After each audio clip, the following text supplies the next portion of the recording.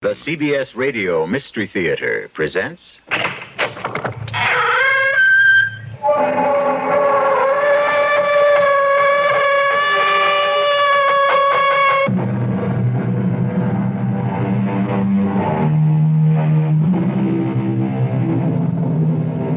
Come in.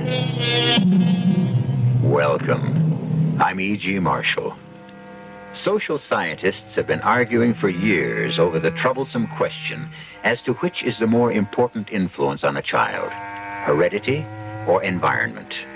Then the argument was further complicated by Sigmund Freud with the injection of the subconscious as the key factor in human behavior. I'm not here to offer any solution, but to tell you a tale of heredity and a wild love blighted by a strange and fearsome curse.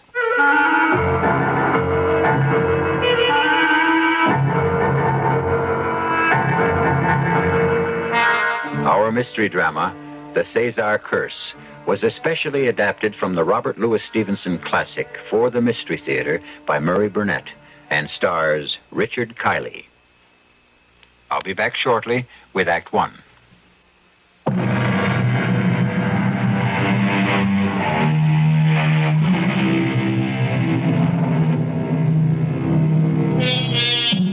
We all know that there is no such thing as a curse transmitted from one generation to the next, which calls down evil upon all the descendants of the cursed family. Science, of course, tells us that such diseases as diabetes, hemophilia, and madness can be handed down in a family, but science frowns upon anything of the extraordinary or bizarre.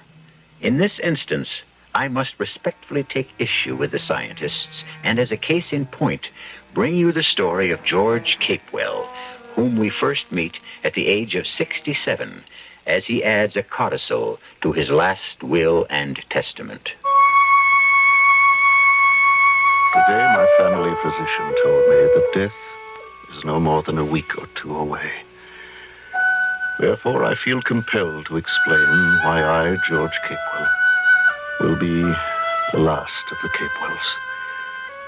This was my choice, and this codicil to my will explain why I made it.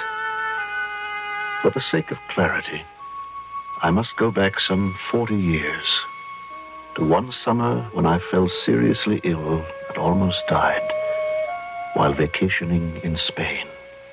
Well, young man, you are looking almost alive again. And I don't mind saying it is a small miracle. Sponsored by you, Dr. Valdez. Well, let's give God a little credit, too. And now, to complete the cure, I insist that you have a few weeks of absolute rest and good, fresh air. Well, if you're talking about one of those sanatoriums, forget it. The place I have in mind is as completely unlike a sanatorium as you can imagine. It is a residencia, the estate of a very old and proud family who have fallen upon hard times and are willing to take an American as a paying guest with one proviso. Which is? That you remain a stranger. You are not permitted the smallest intimacy. And so it came about that I found myself in an ancient, dilapidated horse-drawn carriage, driven by a young man whose appearance excited both attraction and repulsion. Lithe and well-built, with large, brilliant yellow eyes, good aquiline features, he was also so extremely hairy that one instinctively drew back from him. Do we have much farther to travel, Felipe? Over 2 bridges and past the top of the mountain, senor. Get on, move! There's no need to whip the horse. I'm in no hurry. Sometimes he grows lazy. Besides, there is the bad place. We come to it shortly. Bad place? On this road? Oh, yes, senor. The first bridge. You can begin to hear it. The bridge is under repair? No, senor. The bridge is safe. Well, then why is this a bad place? Because it makes me afraid.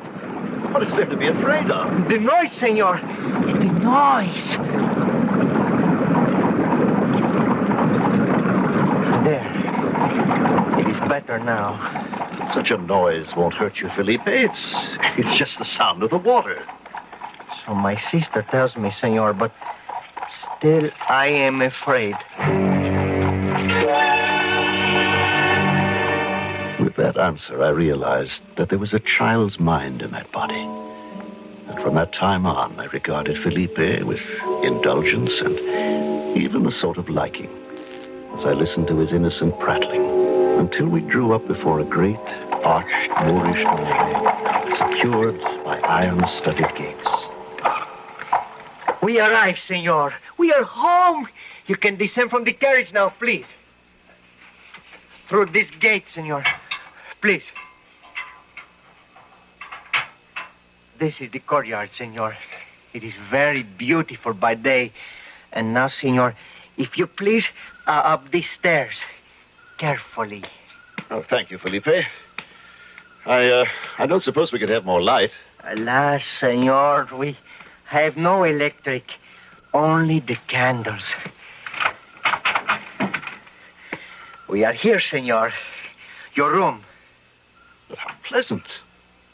How really pleasant. And a table laid for supper. That's very thoughtful. Yes, senor, it is a fine room, a very fine room. In daylight, what can I see from these windows? The courtyard, senor, and some of the countryside. It is very fine. And the fireplace, too. The fire is good. It melts out the pleasure from your bones. Well, I suppose that's one way of putting it. Those animal skins on the wall, they come from... I do not know.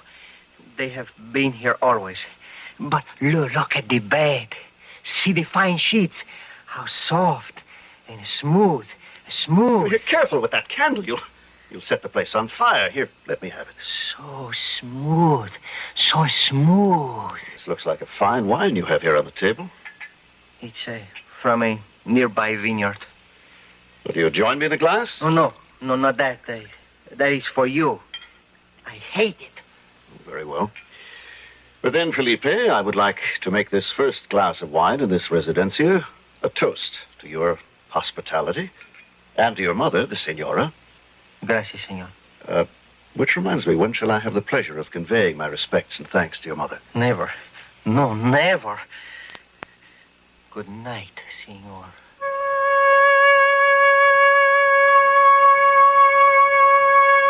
Even now, as I write this document, with the cold hand of death coming ever closer to me, I can still feel the warmth of that fire and see the portrait of the woman on the wall, illuminated by the flickering flames. For 10 days I gained in strength, saw no one but Felipe, and for 10 nights fell asleep with the face of that portrait looking down on me. The face of a magnificently beautiful woman, yet marred by a cruel, sullen, and sensual expression. I was struck by the strong resemblance to Felipe, and one morning as he served me my breakfast, that portrait on the wall. An ancestor, senor. More coffee? No, thank you. Who is that crossing the courtyard? The padre. He comes to hear your sister's confession? Yes, He's been doing that for some time, for many years? many years. Well, then he would know who the woman in the portrait is. I could ask him. You are not to ask questions. You are not. I have been told. But who told you? Your mother, the senora? You will be punished. You will see. You will be punished. And it will not be because of me or anything I have done. It will not be my fault.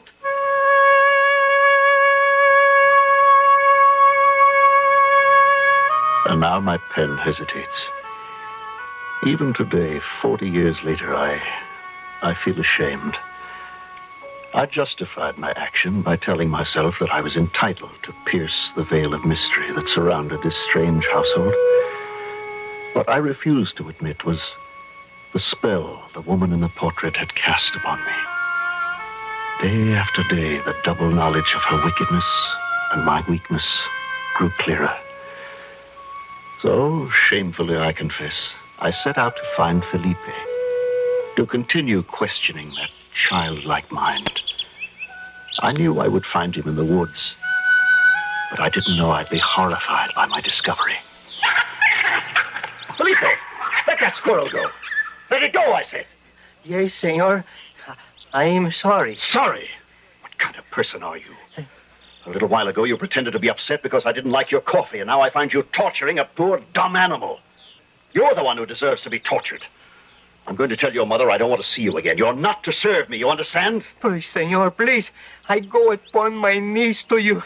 Forgive and bear with me, senor. I try so hard. Forgive me, please. Only if you promise never to do anything like this again. Oh, I promise, senor. I promise. Thank you, senor. I promise. I swear, senor. Felipe! Felipe, come back. Come back here. I want to talk to you.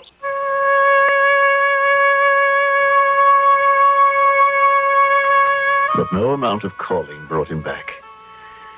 I returned to the house, and as I walked slowly across the courtyard, I first saw my hostess.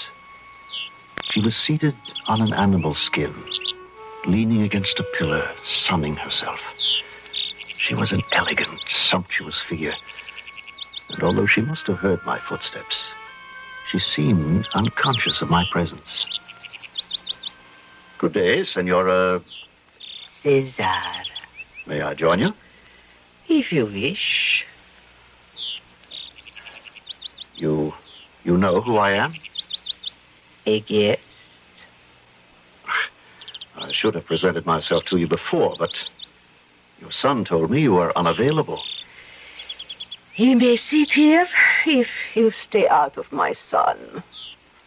You like the sun? It warms me, and I like warmth. I really wanted to talk to you about the woman in the portrait in my room. Portrait? Yes, the painting. Surely you know it. Felipe told me she was one of the family. She fascinates me. Who was she? I think she was my mother. You think? Well, don't you know who... I beg your pardon. You look so much like the woman in the portrait. Your mother, I think you said. I really would like to know something about her. The sun is going behind the clouds. I am afraid the black wind is coming, and we shall all suffer from it. I must bid you adios. And she was gone, silently, gracefully. She was right about the wind. It came from the malarial lowlands and over the Sierras. It stormed about the house with a hollow buzzing that was wearisome to the ear, depressing to the mind, and jangled the nerves. By the time Felipe brought my supper, I was in a state of nervous exhaustion. Felipe also was in a state of nerves, his yellow eyes burning in his face like two candles, his hand shaking so that the silver clattered against the plates. For heaven's sake, stop that noise. Sorry, senor. It's the black wind. It pulls and pulls at you, telling you must do something, but you don't know what it is you must do. Your mother? She seemed to be unhappy with the wind, too. You think she's ill? Oh, senor, with this wind, who can be well? And now I must write of that black wind and blacker night. I went to bed early, but couldn't sleep. And suddenly, a sound filled the house.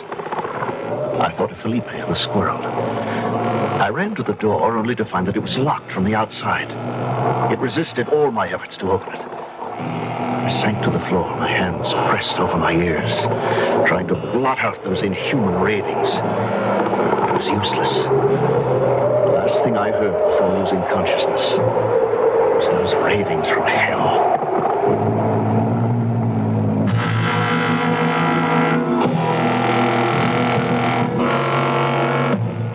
There are those among us who feel that some mysteries are best left unsolved. Some secrets never should be told. Because George Capewell was not one who believed this, we can continue in a moment with Act Two. But I warn you, The discovery may well send a shuddering chill through your bones.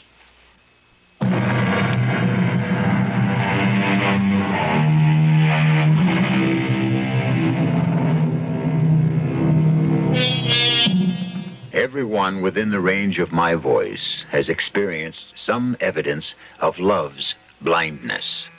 The doting male sees his beloved as perfection, whereas the young girl may see his faults, but is certain that all that's needed to correct them is the gift of her love. George Capewell was destined to fall in love, profoundly, electrifyingly, overwhelmingly, for the first and last time in his life, only to find that this all-consuming passion was to lead him to the very brink of hell.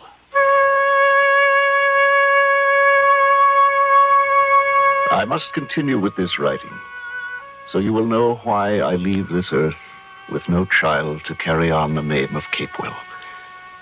Even though the writing brings back all the anguish and terror of those days more than 40 years ago. When I awoke on the floor the morning after the terrible night of the Black Wind, the sun was shining, and a cheerful Felipe appeared with my breakfast. Good morning, senor.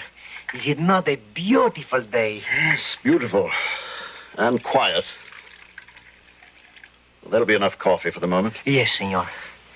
What were those dreadful cries I heard last night? The when, senor? You know that's not true. And I mean to have the truth. Was it some animal you were torturing? No, senor. I swear it was not. I promised you, senor. And Felipe keeps his promises. Give me your hand, Felipe. Yes, senor. This is the hand that tortured that poor squirrel.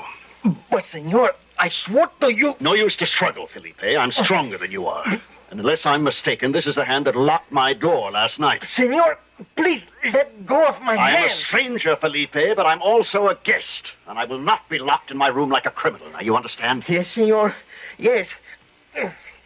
Thank you. I understand. Now, how is it I never see your sister? Does she have some reason for avoiding me? My sister is a good girl. It is she that keeps me up, senor. Without her, I would be lost, senor. And no doubt she's reproved you for your sin of cruelty. 12 times. And when I told her what you had done in the woods, she was pleased. Yes, she was happy. Then who or what was unhappy enough to make those sounds in the night? I have told you, senor. The wind. The black wind. Now, you know I'm stronger than you are, Felipe. Please, senor, let me go. And I will get the truth if I have to shake it or beat it out of you. Please, senor. Yes, who is it? Father Ramon, may I enter? Yes, come in. I was passing in the courtyard.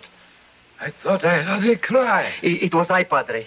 I burned my hand with the coffee. Ah, so, Felipe, then I will be going. No, Father, don't go. I'd like to speak to you. Yes, my son. If the senor doesn't need me... You can go, Felipe. I should introduce myself, Father. I'm... George Capewell, the guest here at the Residencia. Yes, Father, and... Well, you see before you a very puzzled and disturbed man. Is there some way I can help? I hope so, Father. Do you know the woman in this portrait on the wall? Ah, yes. That is the likeness of Marla Cezar. Well, I was hoping that you could tell me something about her. She was the great-grandmother of the present daughter of the house, who was named after her. But why are you concerned with the painting? Well, because of the beauty of the woman, because of the resemblance of the present Senora Cezar to this woman, and... Well, because, Father, the woman in the portrait has cast a dark shadow on my mind. I know that you came here to regain your health after a severe illness.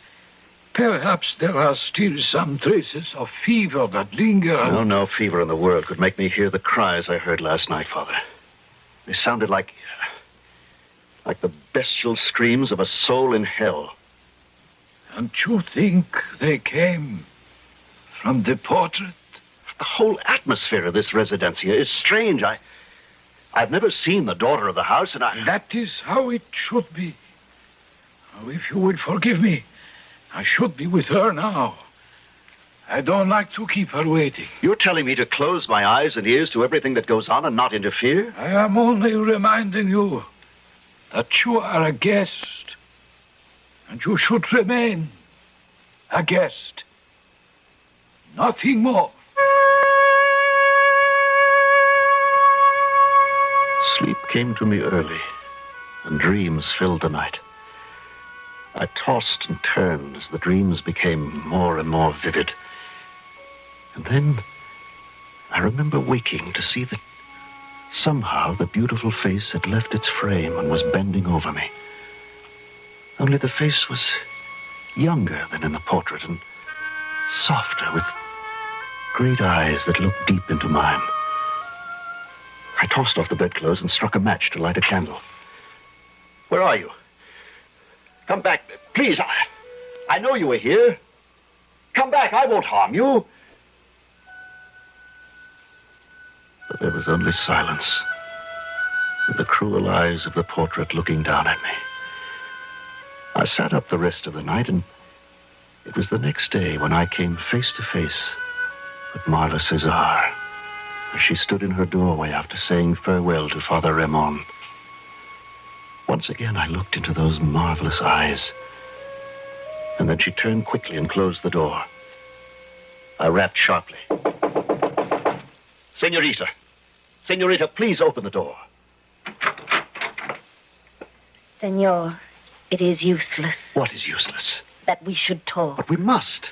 We cannot. Cannot? What will stop us? I will. I know that what you're thinking is impossible. Then you know what I'm thinking. Of course. And you'll turn your back on me? And my love? I have no choice.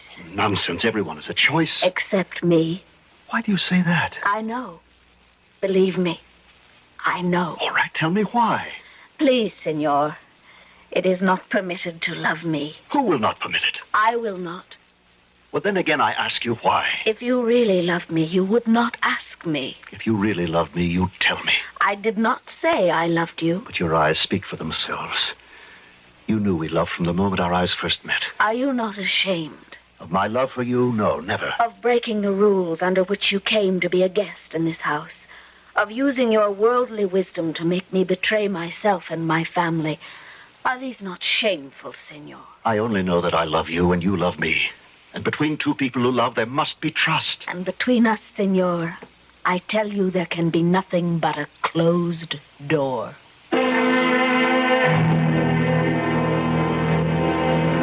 As I look at the pages I've already written, I feel now as I felt then, the urge to stop, to seek no more answers. In my heart, I knew that the beautiful creature I loved had a strange mother and a pitiful brother. My heart told me that she was a child of an afflicted house. But all that mattered was that I should make her mine. For 2 days I walked in the woods with her image ever before my eyes. But she didn't appear. Then, on the 3rd day, Marla, my beloved, you came to me. Yes, I came to you and I shouldn't. And I hate myself for it. I hate myself for my weakness. Love isn't a weakness. For me, it is. And it gives me strength.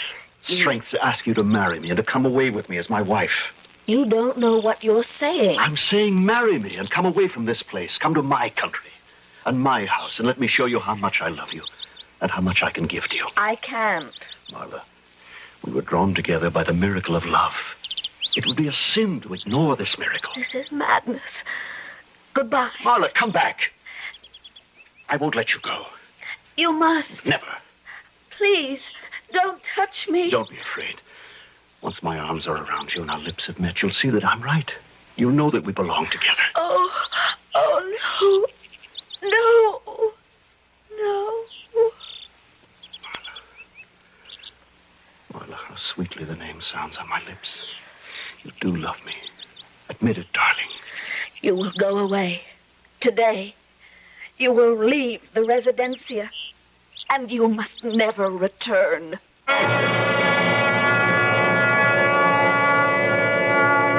Fatalists believe that the threads of our lives are woven for us long before we embark on life's journey, and that it's useless to struggle against our destinies. But for centuries, the stuff of drama has been fashioned from a man's refusal to accept the inevitable, to fight on, no matter what the odds. George Capewell chose to fight, and we'll be back with the terrifying results of that decision in a few moments.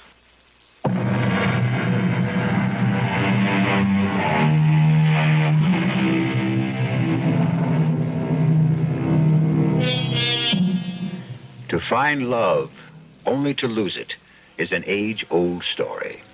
But usually the rejected lover knows in his heart why he's been rejected. George Capewell sensed that Marla Cezar had refused to marry him out of a nameless but genuine fear, a fear which he himself felt hung heavily over the Cezar household. George Capewell was convinced that if he only could discover the cause of this fear, he could dispel it, and he and Marla would live happily ever after.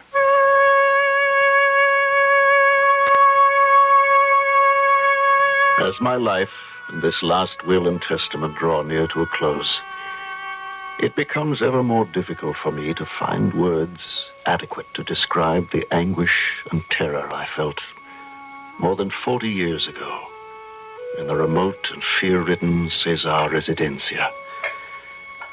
I remember crossing the courtyard on my way to my room, trying to dam the raging torrent of my thoughts, and seeing the sensuous figure of Senora Cezar dozing contentedly in her favorite spot in the sun. Senora. Senora, I'm sorry to disturb you, but I must talk with you. Must? Why? Your daughter has asked me to leave your house. Why'd you come to me? I want to know if you want me to go also. You have done nothing to annoy me. What did you do to annoy her? I fell in love with her and asked her to marry me. Malice, a very pretty girl. Very pretty. I know she loves me, and yet she asked me to leave. She has some reason for wanting me to go away, and, well, it occurred to me that maybe the reason concerns you. I took care of Marla when she needed me. Now she's a grown woman. She can do as she pleases. What was it that made those hellish sounds the other night? Sounds? What sounds? Well, surely you must remember it. It was the night of the black wind, and the cries and the screams of pain came from the throat of some animal or some human that was undergoing torment. They shook the house. I heard nothing. But then I sleep very soundly.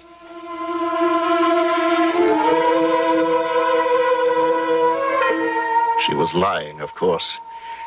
I reached my room in a black rage and found a note in Marla's handwriting. I took it to the window to read. The words are seared into my brain. It read, "If you have any feeling for me, any love for Marla, go from here today. I beg of you, go." Almost insane with rage, I slammed my fist through the window. The pain and the blood flowing from my arm brought me partially to my senses. I tried to stem the flow of blood, but the cut was too deep. Through the shattered window, I saw the Senora. I ran down the stairs to the courtyard and approached her, holding out my arm.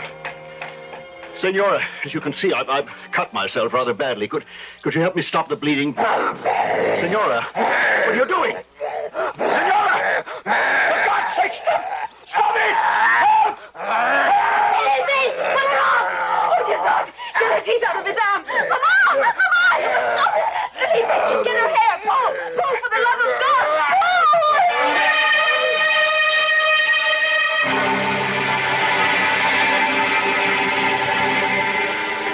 I lost consciousness and remember waking up in bed in my room with Marla kneeling by my bedside.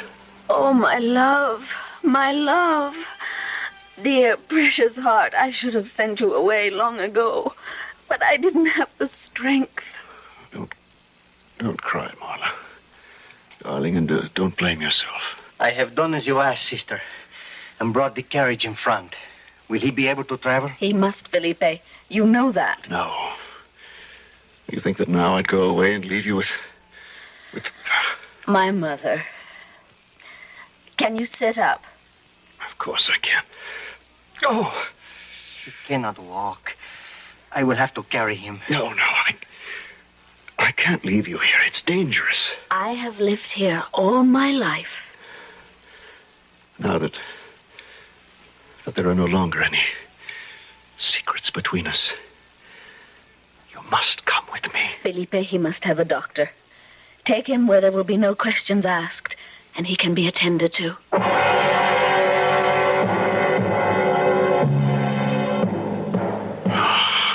Where am I? What place is this? Marla? Where's Marla? Old sir, easy, my son. Father Ramon, what are you doing here? Praying for you, my son. Yes, but what is this place? How long have I been here? July in the house of the Tequendama family. In the old days, they belonged to the Cezar estate. They still feel loyalty to the Cezar family. You have been here 3 days. Yes, but who brought me here? Felipe bore you, aided by one of the Tequendama sons. And my wounds? Marla cared for them? Only at first. Your cuts were too serious, so we sent for your doctor. Cuts? You put your hands through a glass window, did you not? Sir, you know that I'm not asking this question out of idle curiosity. What of the Cezar family? What are they? Hey, an unfortunate example of a declining race. Once rich and mighty, they are now poor and neglected. But not by you. You visit Marla often. I've seen you. Yes. The senorita is well informed. And her mother? You do not visit her? No. Is she insane? I can only answer that according to my belief. She is not, or was not. Oh, when she was young, she was wild, but she was surely sane. You know I love Marla. I know. Then you will help me see her? No. But why not? Such a meeting will only bring pain to you both. It could also bring happiness. How could that come about? I propose to marry her and take her away from here, from the evil influences that pollute the residencia. This strain, or whatever it is, may live only in the place where it was born. If Marla were to be removed from this place with a man who loved her devotedly, wouldn't there be a chance? I do not know. But in a matter of this kind, I would trust the judgment of the senorita. Will you take her a message? Before I answer that, I must tell you what the people of these parts believe about Marla's father. Marla's father was a good friend of the head of the house you are in now, the Tequendama house. One day he and his friend delivered some packages to the residencia. The friend met Marla's mother, then a young woman, and immediately fell in love. All the villagers knew it and warned him, but he could talk and think of nothing but the woman. The way I feel about Marla. Yes, my son, but with a difference. In wintertime there are terrible storms upon the mountain, and the passes become dangerous.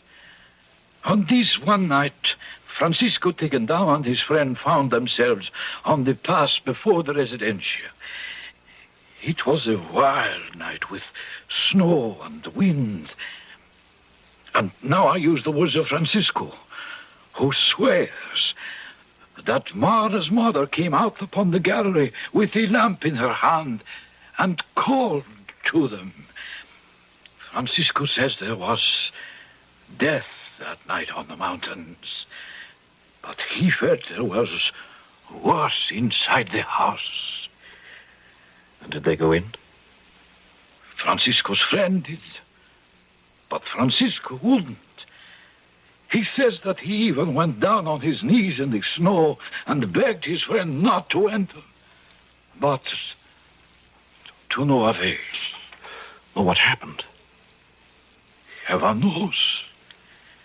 The man was never seen again. Will you tell Marla I must see her? I will, my son. I promise. But still, she may not come. You both know me. Tell her that unless she comes to me, I will go to her. I will return to the Residencia.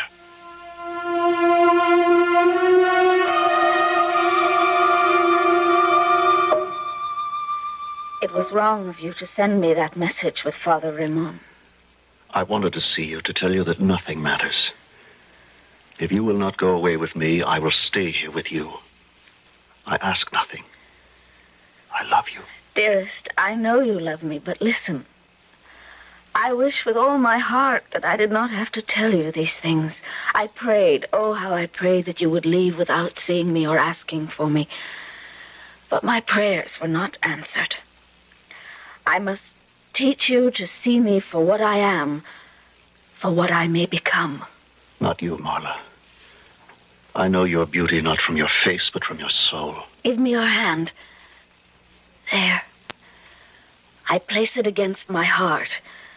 You feel the very beat of life. It only moves for you. It is yours. But then why are you... But it is mine. Think how affected you were by the portrait that hung in your bedroom.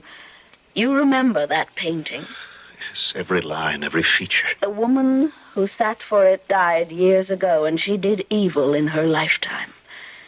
Now recall the painting and look closely at me. And what do you see? I see the beautiful girl I love. But you also see that my eyes and my hair, the lines of my body, they're exactly the same as the portrait. But the mouth is different. Your lovely mouth reveals only sweetness. The mouth in the portrait showed cruelty. Forget your family and be my wife. You ask me to forget my family. Can't you see that no gesture I make, no tone in my voice, nor any glance from my eyes is wholly mine? Yours and yours alone. It's you I love. You think I can escape my heritage? Of course. And I tell you, my love, that the hands of the dead are in my bosom. They move me, they guide me. Marla, I love you and not shadows from the past. Shadows? Shadows bearing the weight of centuries. 800 years ago, my fathers ruled all of this province. They were wise, cunning, and cruel. Their flags led in war. The king called them cousin. But in what you tell me, there's nothing of which to be ashamed, nothing to fear. There came the change. My ancestors began to go down. Their minds fell asleep. Their passions awoke in gusts. Beauty was still handed down, but no longer guided by humanity. The seed passed on. It was wrapped in flesh. The flesh covered the bones, but they were the bones and the flesh of brutes. And their mind was as the mind of flies. Oh, you've lived too long with this, too long in that house, too long with the portraits and the books I saw in your study. You also saw Felipe and my mother. So you have seen for yourself how the wheel has gone backward with my doomed race. Don't you overlook one thing, me. My heritage, my blood, my ancestors.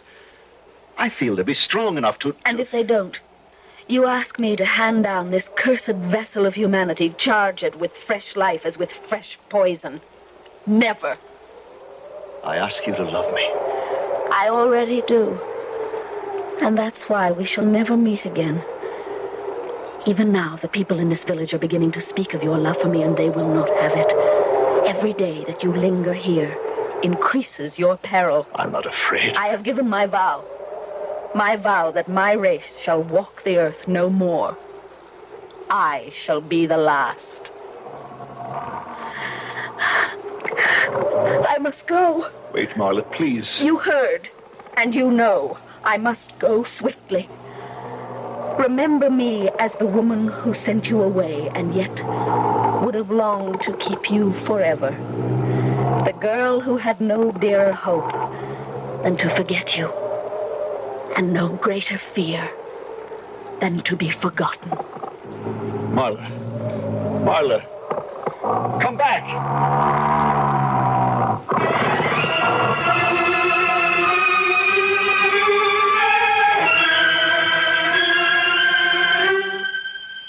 Now I can lay down my pen. My tale is told, and it answers the question I evaded for so long. Why I never married. Whether what I've written here is believed or disbelieved is of no importance. What is important is that I proved one fear of my beloved Marla to be groundless. Her fear that she would be forgotten.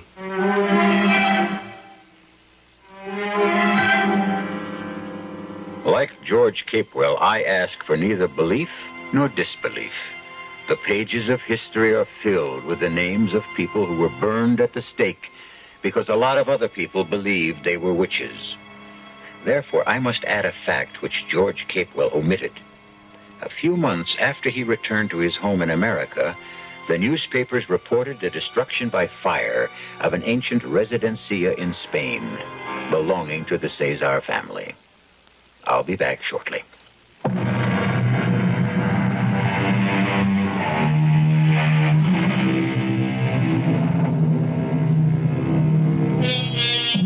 It is widely believed that love conquers all.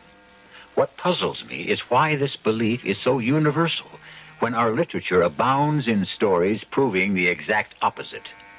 My fancy is that we want to believe in the conquering power of love and goodness to balance our beliefs in the bad dreams of demons and destruction that at times haunt us all. Our cast included Richard Kiley, Roberta Maxwell, Ann Petoniak, Bob Caliban, and Ian Martin. The entire production was under the direction of Hyman Brown. This is E.G. Marshall inviting you to return to our Mystery Theater for another adventure in the macabre. Until next time, pleasant dreams.